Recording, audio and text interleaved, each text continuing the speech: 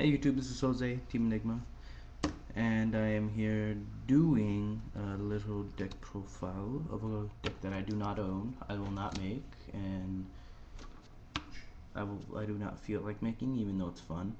What I'm here is to inspire other people who don't know what to run for this format, don't know what they're looking for, what they should be running, and well, since the Legendary Collection came out, and well, these bastards are all in it. I thought might as well, put my intake on how it would be, I suppose. But warning, the way that I did it involves one card that will not be available till Photon Shockwave. So, again, don't start going apeshit on me. But yes, it's very fun. I'm probably not the first person to think of this, so it involves this guy here, right? I am not the first person probably to think of it. I don't know. This pops into my head, and I made it one day just randomly, and it works out fine. It's been kicking ass. It's been kicking major ass. So I will now show you.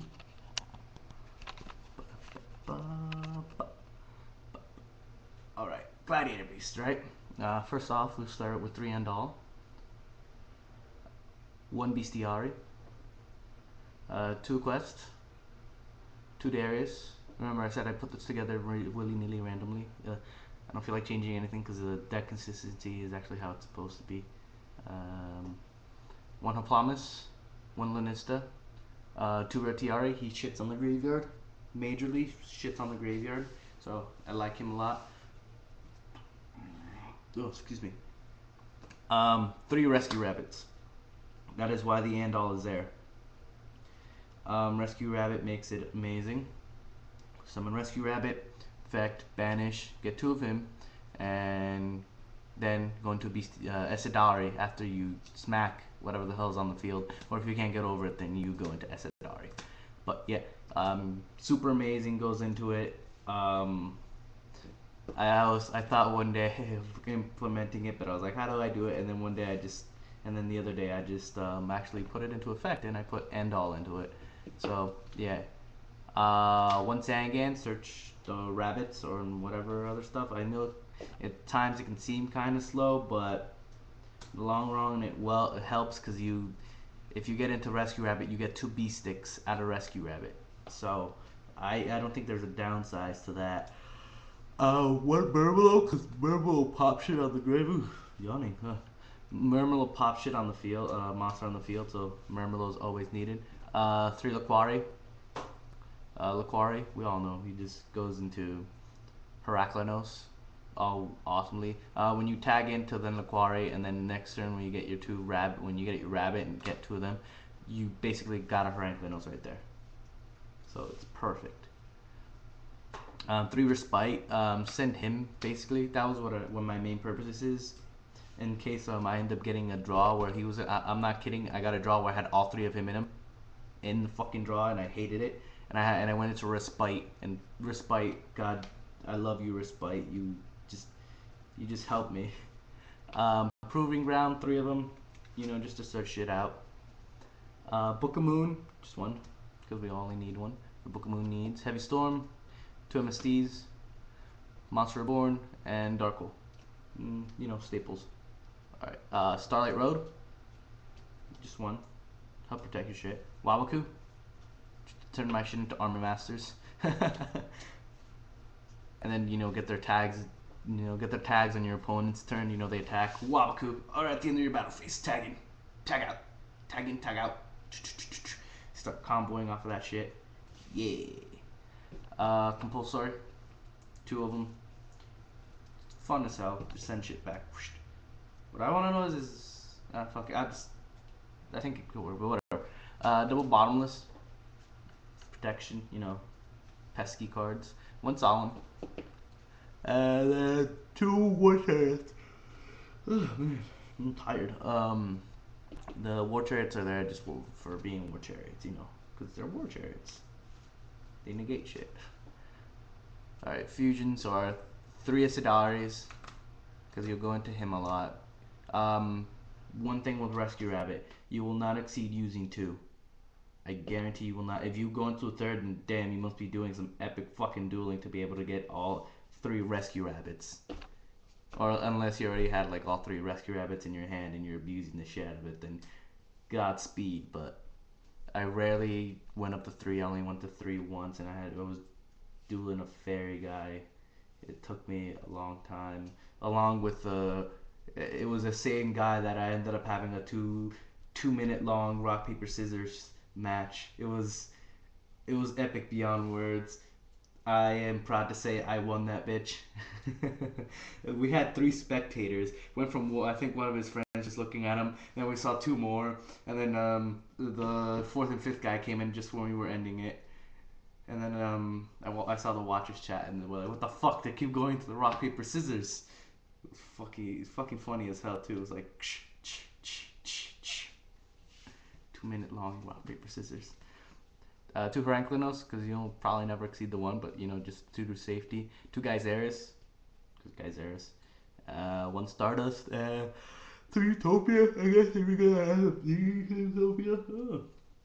Yeah, I'm yawning a lot. Just 2 Utopias, in case you need emergency with Rescue Rabbit. If you need rescuing from other stuff, then your rabbit is there. Adorableness will save you.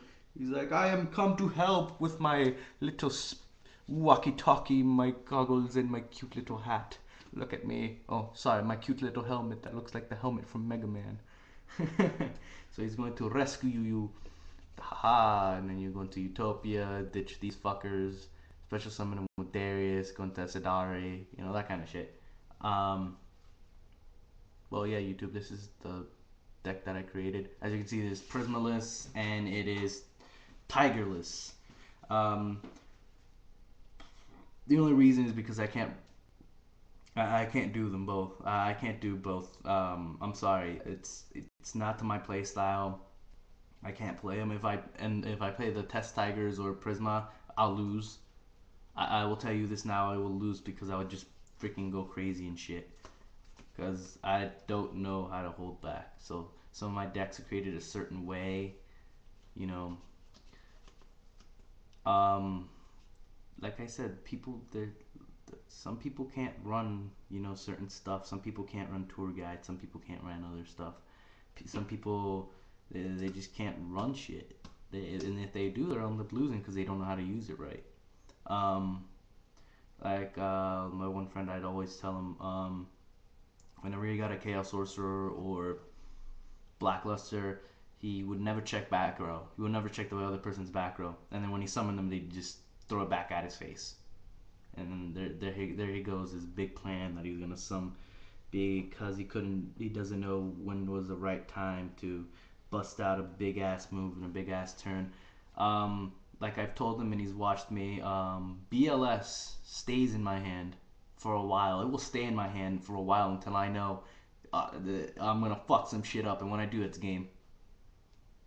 And if I don't do, there's times I win and I don't ever play BLS. There's times I lose and I play BLS, but it's because sometimes they just pop a battlefield. I'm like, what the fuck? But some people can't play stuff like that. Some people, it's just not to their play style. Some people are poor, so they can't afford certain cards. There's another thing. Don't go bashing on another person's deck unless it's like horrendous, unless it's like they don't know what the fuck they're doing with the deck. But if they have an essence of how it's built and it seems like it'll be consistent and go along with it, then who are you to judge? I mean, let's face facts. Most of us, if we go to regionals, we're not gonna top. We're not gonna be number 1. We'll probably get our ass handed there, here and there, So yeah, just small little rant at the end. Some people that are, they cock ride a whole bunch of top tier decks, well, not really top tier. I'm just saying certain cards. Like I was playing a guy and he was playing Dark Worlds, and he's like, "Who the fuck's running Gladiator Beast anymore?" I'm like, "The guy who doesn't want a cock ride tour guide." And he's like, "Oh, what?" I'm like, "Yeah, I don't want a cock ride tour guide." And then he went ape shit on me. He's like, and then I'm like, well, excuse me, princess. He's like, "What'd you call me?" I'm like, "It's a line from a show. Go learn it. Maybe you'll be less stupid." He's like, "Oh, I'm gonna beat you." Yeah, he never did. He went to every time he popped like something in the back row, trying to when he dumped Grappa, it'd always be Wabaku, straight up Wabaku. I'll summon Grappa. Compulse. Bottomless. Play my field spell. Okay, do your stuff. Okay, I'm gonna War Chariot your effect. I'm gonna War Chariot your Fabled Raven. I'm gonna compulse your Raven. Shit like that, you know? And then it's like, attack into me. Wabaku, tag out, smack. Let's see what's pretty in your grave. I'm gonna Retiari that. Next turn, yeah, I'm gonna War Chariot so you can't do shit. I'm gonna MST your field spell so you can't do shit. That's the entire match how it went. I just wouldn't let him do anything. I was gonna, play it mellow, but I just went hardcore ramming his ass with Esadari. He's like, he just kept going, what the fuck with Rescue Rabbit? He's like, what you gonna bring out with Rescue Rabbit? They'll see, you can't bring out anything. They're all effect monsters. Not really, no. Bam, Tuandal. He's like, oh, whoosh, Esadari. Oh, pa. But yeah, sorry for the rant and other stuff that is going on. So there's a deck, guys. Comment, rate, subscribe. Gladiator Beast, they're fun. They're the unexpected deck. They are gonna be unexpected. I think less now because of the legendary collection because they got pimped out. As you would say, they got pimped out, so people would run them now because they have their nice looking chariots, their bestiaries, their Quest and Murmillos, secret rares. I think Laquaria was also secret rare. All their shit is pretty much good. They got their new Lanista, which is basically like a Prisma. He can work at times a lot, so people will probably end up running them anyways. But like I said, it's a surprise deck. Not many people are running Corridor, so you'll fuck shit up because it'll be completely unexpected. That's Jose, Team Enigma, sexy ass Endall. Yeah, I love that card. Peace.